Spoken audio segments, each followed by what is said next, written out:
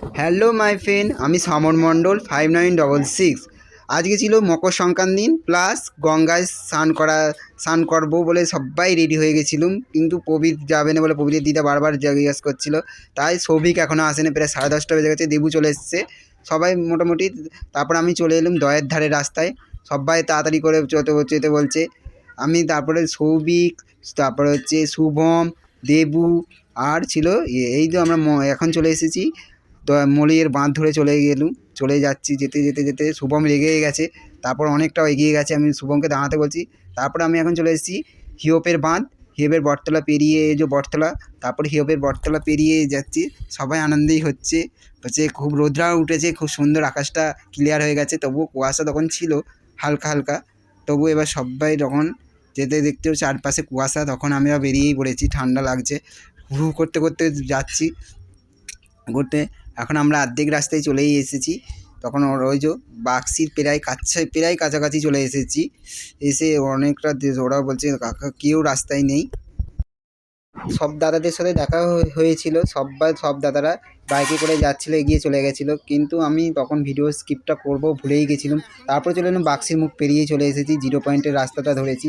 দেবু, সৌভিক হাত টাটা নাড়ানিতে সাউন্ডও দিচ্ছে, সব পিছনে আছে। কিন্তু চলে এলাম বাক্সির ফুটবল মাঠ পেরিয়ে দিয়েছি। এবার 0 পয়েন্টে 0 পয়েন্ট, ওই যে 0 পয়েন্টে ফেলা উঠছে। তারপরে আমরা চলে এলাম ওই যে বাক্সির ফুটবল মাঠ দেখা যাচ্ছে। তারপর পবিত্র এগিয়ে এগিয়ে চলে যাচ্ছে। এবার চলে এসেছি মনে হচ্ছে আমরা। তারপর ছানুও চলে যাচ্ছে। এই দেবু, শুভম সবাই রেসিং করে এবার বলছে এবার আমরা আর একটুখানির মধ্যেই পৌঁছে যাব। দেবুও, তারপর হচ্ছে সৌভিক রেসিং করে এগিয়ে যাচ্ছে। এবার আমরা সাইকেল পার করে রেখে সাইকেল দাঁড় করে স্ট্যান্ড করে ওই যে দাদা বাবার আশ্রমটা আমরা দেখাচ্ছি। এখনও আমরা এখানে সবে এসে দাঁড়িয়েছি। এবার সবাই হাঁটাহাঁটি করছি। এবার ওরা বললো দাদা একটু ঘুরেই আসি, নদীটা কেমন দেখতে, কতদিন আমি তো আসিনি এই দিকে। তাই আমরা হাঁটাচলা করে সাইকেল দিয়ে বেরিয়ে হাঁটতে শুরু করে দিয়েছিলাম। তখন আমরা চলে এলাম এই হাঁটতে হাঁটতে ওরা বলছে দাদা নদী দিক কখন যাবে। আমি বলছি দাঁড়া, এই জন্য হাঁটছি।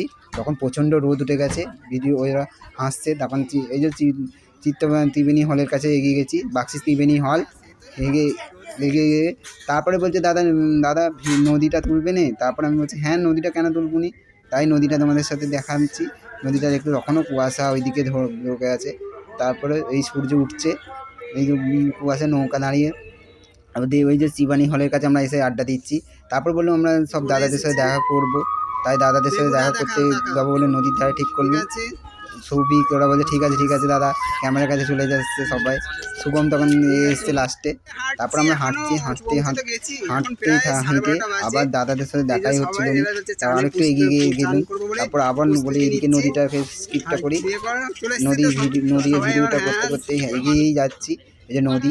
তারপর আমরা এখানটা এসে সবাই আড্ডা দিলাম দাঁড়িয়ে থেকে। এবার দাঁড়িয়ে আড্ডা দেওয়াই হচ্ছে অনেক কখন চান করবো। আমি বলছি দাঁড়া, সবাই সেলফি তুললো, সবাই সেলফি উপার্জনের ছটপট করছিল। আমি বলছি দাঁড়াও, আর একটু পরে আমরা সেলফি তুলবো প্লাস করবো। তখন আমরা বুকেই যাচ্ছি ভ্যাট করে শুভম কখন চানটা করবে। নদীটা খুব সুন্দর, ওরা খুব ভালোই এনজয় করছে। বলে এরা দাঁড়িয়ে পবিত্র মাথায় হাত দিয়ে বসেই দাঁড়িয়েই আছে। দেবুও দাঁড়িয়ে আছে, আমার শুধু ক্যামেরার কাছে শুধু চলে আসতে চাইছে ফটো। তারপর আমি চলে এলাম নদীর পুরো ধারে চান করবো বলছিলাম। ওরা বললো এখানে জায়গাটা আমার পছন্দ হচ্ছে না, কোথায় যদি লেগে যায়। তাই নদীর ধারে হাঁটছি, ওরা চুপ হয়ে দাঁড়িয়ে আছে। দেবু এসছে, ওরা ওই যে মান্তুদারা বসে আছে। তারপর আমি নদীর ধারে এসে দাঁড়ালাম, পা নিয়ে বসেই আছি। কখন রেগে গেছিলাম, বলছি কখন চান করবি। এই নিয়ে হতে নিয়ে এই যে নদীর জল। মকর এসে গেছে, গুড়ি কুটা হচ্ছে, দমে পিঠা খাবো খেজুর গুড় দিয়ে। মকর এসে গেছে, গুড়ি কুটা হচ্ছে, দমে পিঠা খাবো খেজুর গুড় দিয়ে। ভোর ভোরে উঠব, মকর ডুব দিব, রোদ ঠিকারে বসে বুট ভাজা চিবাবো, মকর এসে গেছে। ডিজে জঙ্গাই। নদী ধারে টুসু মেলা তোকে নিয়ে বিকাল বেলা টোটো ভাড়া করে লিব, তোকে ভাভরা খাওয়াই দিব। মোবাইলে তুই সেলফি তুলে পাঠাবি, যাস না ভুলে। মকর এসে গেছে, গুড়ি কুটা হচ্ছে, দমে পিঠা খাবো খেজুর গুড় দিয়ে। ভোর ভোরে উঠব, মকর ডুব দিব, রোদ ঠিকারে বসে বুট ভাজা চিবাবো। মকর এসে গেছে। তাও যেন ঠান্ডায় কমছে নে, ঠান্ডায় থরথর থরথর করে ওরা বলছে উঠে পড়বো, আমি হচ্ছে না, বললো যখন আর একটাই ডুবে নে, লাস্ট ডুবা, ওই জন্য উঠবো বলে, ও উঠবো বলেও ঠিক আবার বলছে ঠিক আছে ডুব না। আমরা ডুবে উঠলুম, উঠে এসেছি প্রায় তখন 2:30 বেজে গেছে। 2:30 বেজে গেছে, দাতা বাবার আশ্রম তোমরা সবাই জানো, তাই দাতা বাবার আশ্রমের দিকে যাবো বলে রেডি হচ্ছিলুম।